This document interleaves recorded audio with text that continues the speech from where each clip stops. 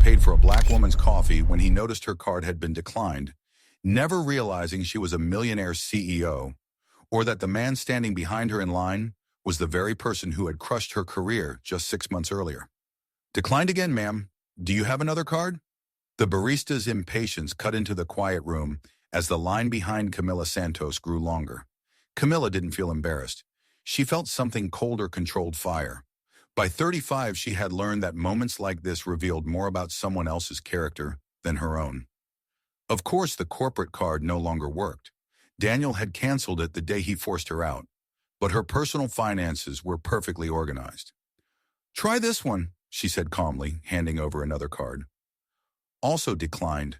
The young cashier sighed loudly, and that's when a familiar voice sliced through the tension. "Hey, just put her coffee on my tab." Camilla turned.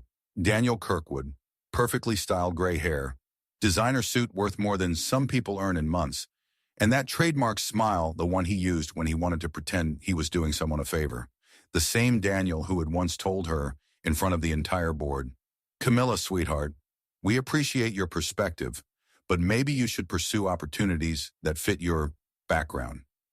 The same Daniel who had created a fake restructuring to push her out of the company she helped double in size as director of strategy. "No, thank you," Camilla said, polite but ice cold. "Oh, come on, it's just coffee," he chuckled, tapping his luxury watch against the payment reader. "$5.80 won't hurt me." Payment approved. Camilla accepted the cup with a quiet thank you and watched Daniel stroll toward the executive tables without looking back. To him, she was simply someone to pity. A small story he'd share later about how generous he had been that morning. He had no idea who she was now, or who she was about to become. As Camilla headed toward the exit, she felt the weight of the envelope in her purse. The investor signatures, the contracts, the final step in a plan she had built in secret for half a year. She paused at the door and glanced back. Daniel sat alone, typing rapidly on his phone, completely unaware of the storm forming around him. If you've ever been underestimated by someone who should have seen your value, then you know this truth. Revenge isn't loud. Revenge isn't rushed. Revenge arrives cold, precise, and right on time. Make sure you subscribe, because that simple $5 coffee was about to trigger one of the most spectacular corporate collapses ever seen. 6 months earlier, Camilla walked into the Kirkwood Industries meeting room carrying the proposal that would save the company from collapse. 42 slides of strategic brilliance, weeks of lost sleep, complex data, and insight no one else in the company had been able to uncover. "Gentlemen," she said, adjusting her glasses as she connected her laptop, "our projections show we can not only survive this crisis, but double our margins within 18 months. The room fell silent. Daniel sat at the head of the table, casually spinning a luxury pen he'd inherited from his father. Beside him, 5 executives, each from wealthy families, listened with bored expressions. "Interesting perspective, Camilla," Daniel finally said, glancing at his phone instead of the screen. "But aren't you overestimating our company's ability to change? We have traditions, 4 generations of them." Traditions, his favorite word whenever he meant, "People like you aren't meant to lead here." Camilla ignored the veiled insult and continued. For 2 hours, she laid out undeniable numbers, detailed projections, bold strategies that would transform the entire industry. When she finished, the applause was lukewarm at best. "Thank you, Camilla. We'll take your suggestions into consideration," Daniel said with the same patronizing smile she'd seen too many times. 3 weeks later, Kirkwood announced a groundbreaking expansion strategy. Her strategy, presented by Daniel word for word, as if it were his own. Profits tripled in half a year. Camilla didn't receive a single acknowledgement, and when she dared question the credit stolen from her work, Daniel called her in and said, "Camilla, you're very intense. Maybe it's time to find something more suited to your profile. I'm sure there are plenty of organizations that would appreciate your dedication." That was the last thing Daniel had told Camilla before sending her out the door, speaking to her as if she were some well-meaning volunteer instead of the sharpest strategic mind his company ever had.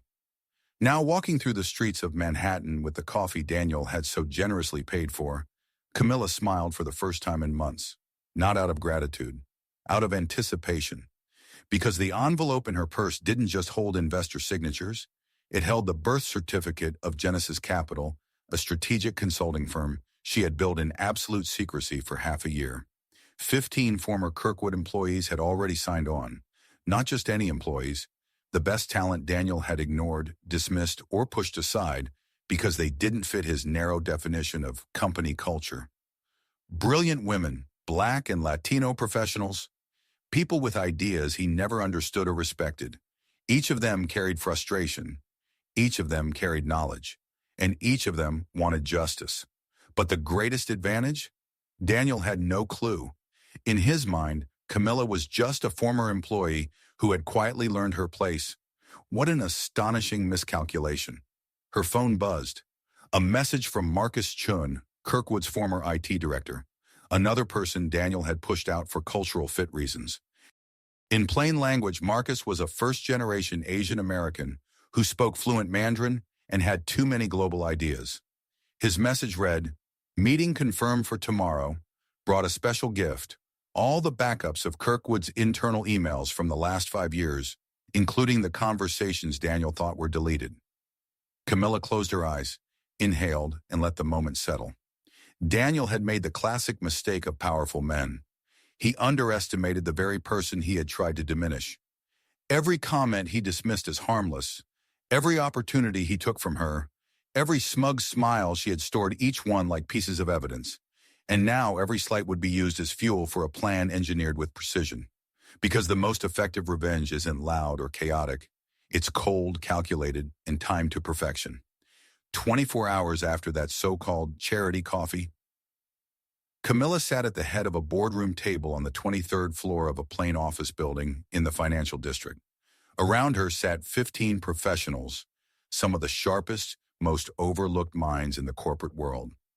Marcus connected his laptop to the projector, his expression lit with quiet triumph.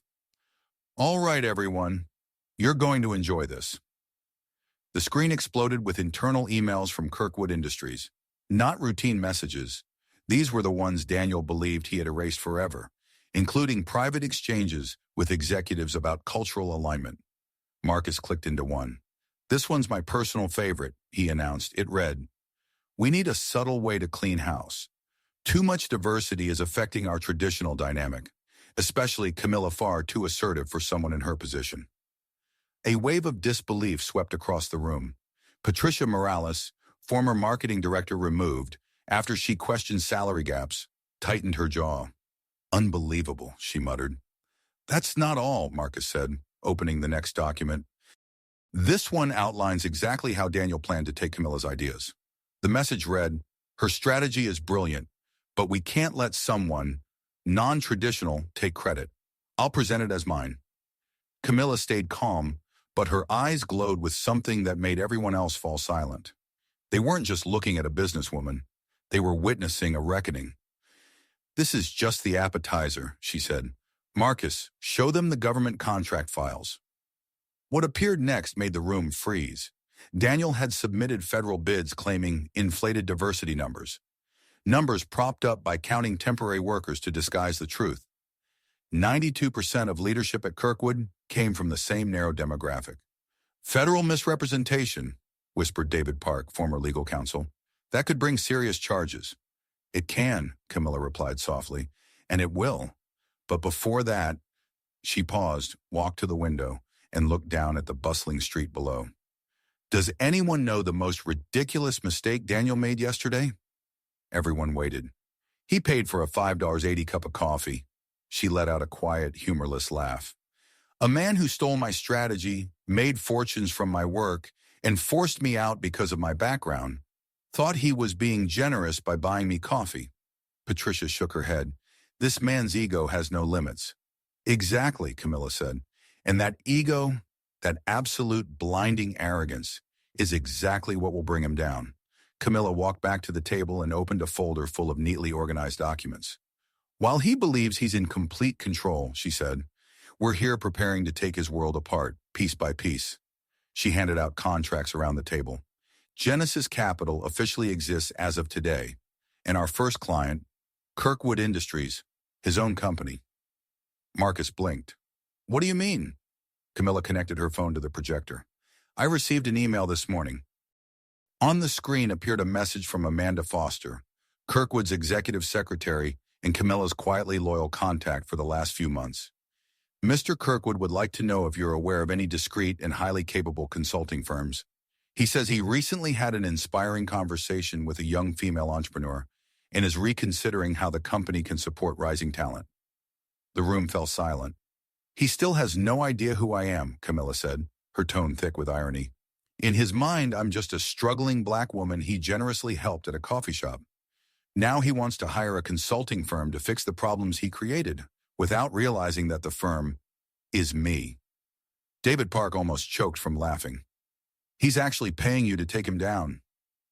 Even better, Camilla said, opening another folder. Amanda sent me a list of every client Kirkwood has lost in the last 6 months. Funny coincidence. They all decided to outsource their strategic consulting. Marcus straightened in his chair. You're already cutting the company's power from the inside. It's not sabotage when the alternative is better, Camilla replied with a calm smile. That's not sabotage, that's business. Patricia flipped through the pages, eyes widening. Camilla, this alone is at least $40 million in lost partnerships. $52 million, Camilla corrected, and that's just the warm-up. She sat again, her presence commanding the entire room. Tomorrow afternoon, Genesis Capital presents a full proposal to Kirkwood Industries to help them fix their operational issues. David leaned forward. And the plan? Simple, Camilla said. We're going to use Daniel's own methods against him. She opened her laptop and projected a flawless, razor-sharp presentation. For 6 months, Amanda has sent me every internal strategy Kirkwood has attempted, every upcoming move, every decision Daniel labeled as visionary. Marcus grinned. And you're going to present them as if they're yours. No, Camilla's voice sharpened. I'm going to present the data that exposes exactly how Daniel's choices are pushing the company toward collapse. I'm going to show on record that he's unqualified and that his success came from privilege and chance. Marcus leaned back, stunned. So he's going to pay you to discredit him in front of everyone. Camilla nodded. In front of the full board, in front of investors, in front of the industry reporters he personally invited to celebrate how forward-thinking he is for hiring external consultants. Her phone buzzed again. Amanda, meeting confirmed for tomorrow at 3 p.m. Mr. Kirkwood wants the entire board present. He says this will be a milestone in the company's history. Camilla held the message up for the team to see. A slow smile curved across her face. A milestone, she echoed, just not the one he imagines. While everyone finalized preparations, Camilla turned toward the window. Somewhere uptown, Daniel was likely congratulating himself on yesterday's act of kindness, never realizing he had accelerated the countdown on his own downfall. Because men like Daniel Kirkwood rarely understood one thing. Underestimating a brilliant black woman isn't just ignorance. It's career ending. And tomorrow, in a room full of people who had doubted her potential, Camilla would finally redefine what qualified truly meant. The question wasn't whether Daniel would recover. The question was whether anything of his career would survive once the dust settled. 3 p.m. Sharp. Camilla stepped into the Kirkwood Industries boardroom with a leather briefcase and a calm, unreadable smile. Daniel sat at the head of the table, glowing with pride. 12 senior executives flanked him. Across from them sat 3 business journalists, invited personally by Daniel to witness his innovative leadership. Everyone, Daniel said, puffing out his chest. I'd like to introduce Camilla Santos, CEO of Genesis Capital, a talented young entrepreneur I had the pleasure of meeting yesterday. She'll help us transform our operational efficiency. Camilla nodded politely, connected her laptop to the projector, and said with perfect composure, Thank you, Daniel. It's a pleasure to be here, Camilla said, her voice warm but steady. I'm here to solve Kirkwood Industries' problems. Solve is a strong word, Daniel chuckled. Let's say, optimize. No, Daniel, she replied, clicking to the first slide. We're talking about solving problems. Because after reviewing your internal data, I can say with absolute certainty that this company is less than 6 months away from complete financial collapse. Daniel's smile froze mid-expression. Around the room, executives shifted uneasily. Let's begin with the basics, Camilla continued, still calm, still professional. In the last 18 months, Kirkwood has lost $52 million in contracts that were considered secured revenue. Would anyone like to explain why? Silence. Not a single hand moved. No? Camilla tapped to the next slide. Then allow me. Audio filled the boardroom. It was Daniel's voice recorded during a conversation with a potential client 4 months earlier. Look, just between us, we know our team isn't as diverse as others, but that simply means fewer complications and more focus. Daniel lurched forward. How did you get that recording? Camilla didn't blink. Oh, Daniel, did you really believe you could push out 15 high-performing employees without any of them keeping proof of what actually happened? Her smile was icy. Next question. She clicked again. The screen flooded with internal emails messages Marcus had recovered. Camilla read one aloud. We need to subtly clean up the department. Too much diversity is affecting our traditional dynamic. Her eyes lifted. This message was sent by Mr. Kirkwood to the entire leadership team 2 years ago. That's taken out of context, Daniel shouted, standing so abruptly his chair scraped the floor. Is it? Camilla asked softly. Then let's review the full context. What followed was a 20-minute demolition, archived emails, meeting recordings, documents confirming misrepresentation on contract applications, and the sharpest blow of all, clear evidence that Daniel had repeatedly taken credit for proposals created by the very employees he later pushed out. Finally, Camilla clicked to a slide showing a strategic plan, 2 years old.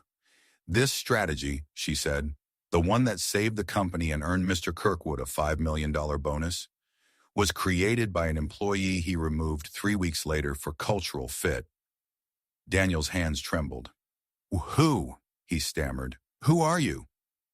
For the first time in the entire presentation, Camilla smiled. It was the smile of someone reclaiming every piece of dignity taken from her. I am Camilla Santos, she said, her voice steady, former director of strategy at this company, the same person you dismissed for being too assertive for her position, the same person whose coffee you paid for yesterday, thinking you were doing an act of kindness. The room went still. Daniel's face had drained of color. But here's the most remarkable part, Camilla continued, her tone returning to businesslike calm. In the last 6 months, 15 former employees you removed have launched their own firms. And do you know who their main clients are? She clicked to the final slide. A long list of companies filled the screen, every single one a former Kirkwood client. The total revenue handled by our network of professionals now stands at $120 million annually, nearly 3 times Kirkwood's current earnings. A journalist raised his hand. Miss Santos, what exactly does this mean for the future of Kirkwood Industries? Camilla turned to Daniel, who had collapsed back into his chair, barely upright. It means that arrogance always comes at a cost, she said, and in this case, the cost is total irrelevance. She closed her laptop with perfect composure. Genesis Capital has no intention of rescuing Kirkwood. Today was simply about showing the consequences of building a company on exclusion and mismanagement disguised as tradition. Daniel tried to speak, but only a hoarse whisper escaped. You planned all this? I did. She lifted her briefcase. Every slight, every lost opportunity, every patronizing smile, I cataloged them all and transformed them into fuel for this moment. Executives exchanged looks, realizing they were witnessing not just the collapse of a company, but the downfall of a man who had confused inherited privilege with ability for far too long. Oh, and Daniel? Camilla paused at the door. Thank you for the coffee yesterday. She gave him a final, razor-sharp smile. It ended up being the most expensive $580 of your life. As she walked out, dozens of phones began ringing at once. Investors, partners, clients, all of them watching the live broadcast, courtesy of one of the journalists in the room, were already pulling out, canceling deals and freezing funding. Daniel still hadn't moved, and Camilla didn't look back even once. Daniel Kirkwood, the man who had built an entire empire on the backs of other people's talent, now watched that empire collapse in real time. And it all began with one small act of kindness, paying for a woman's coffee, a woman he should never have underestimated. But one question remained, one that would determine the rest of his life. Could Daniel recover from such a devastating fall? Or had his pride carved a hole far too deep for any chance of return? What happens to a man accustomed to luxury and authority when he finally realizes he lost everything over $5.80? 18 months later, Camilla sat in her new penthouse office overlooking Manhattan, the floor-to-ceiling windows framing a skyline that now belonged to her world. Genesis Capital had become the most respected strategic consulting firm on the East Coast, generating over $230 million a year. Her assistant's voice came through the intercom. "Ms. Santos, Forbes is here for the cover interview." Camilla smiled. The magazine had selected her as CEO of the year, the first Black woman to receive that honor in 15 years. The headline would read, "How an Unfair Firing Sparked a $200 million Empire." Across the city, Daniel Kirkwood sat in a small one-bedroom apartment in Queens, typing his resume on a second-hand laptop he had purchased on eBay. Kirkwood Industries had collapsed completely 8 months after Camilla's presentation. Investors had withdrawn $400 million. Major clients canceled contracts. A federal investigation drained what remained of the company's accounts. Daniel lost everything. The mansion in Connecticut, the yacht, the bank accounts, his position, his reputation. His wife filed for divorce and took what was left. His children, embarrassed by the public scandal, quietly changed their last name. Daniel stared at his resume and whispered to himself as he typed, "Daniel Kirkwood, seeking entry-level opportunities." 49 years old. Former CEO of a collapsed corporation, applying for junior analyst roles. The irony was not lost on anyone in the industry. The Forbes interview that afternoon, the Forbes journalist leaned forward. "Camilla, when did you decide you were done allowing Daniel to control the narrative? When did you choose to take action?" Camilla thought for a moment. "It wasn't when he dismissed me unfairly," she said. "It wasn't even when I discovered he stole my strategic work." She paused. "It was when he paid for my coffee because he believed he was helping someone who needed his charity." The journalist blinked. Why that moment? Because that gesture revealed exactly who he was. A man who confused privilege with superiority. Someone who genuinely believed that paying $5.80 was saving a stranger. Camilla folded her hands. "He didn't see me as a peer going through a setback. He saw me as someone he thought was naturally beneath him." 3 weeks later, the magazine hit newsstands. The cover image showed Camilla in her office, confident and composed. The title across the top read, "The $5 Revenge That Cost an Empire." Marcus Chun, now the CTO of Genesis Capital, walked into Camilla's office with a grin. "You need to see this," he said, holding out his phone. It was a video from LinkedIn. Daniel sitting in a dimly lit apartment, trying desperately to market himself. "Hi, I'm Daniel Kirkwood, and I'm looking for an opportunity to restart my career in an inclusive and diverse corporate environment." Camilla burst out laughing. "Inclusive and diverse," she repeated. The very words he fought against his entire career are now his lifeline. "There's more," Marcus said. "He messaged me yesterday." He opened the message. "I would like to apply for any position available at Genesis. I have leadership experience and believe I can contribute to a company with values like yours." Patricia Morales, now director of marketing, had just walked in. "He actually reached out for a job?" she asked, stunned. Camilla nodded slowly. "He pushed out 15 employees for not fitting his image of success. He took ideas. He ignored talent.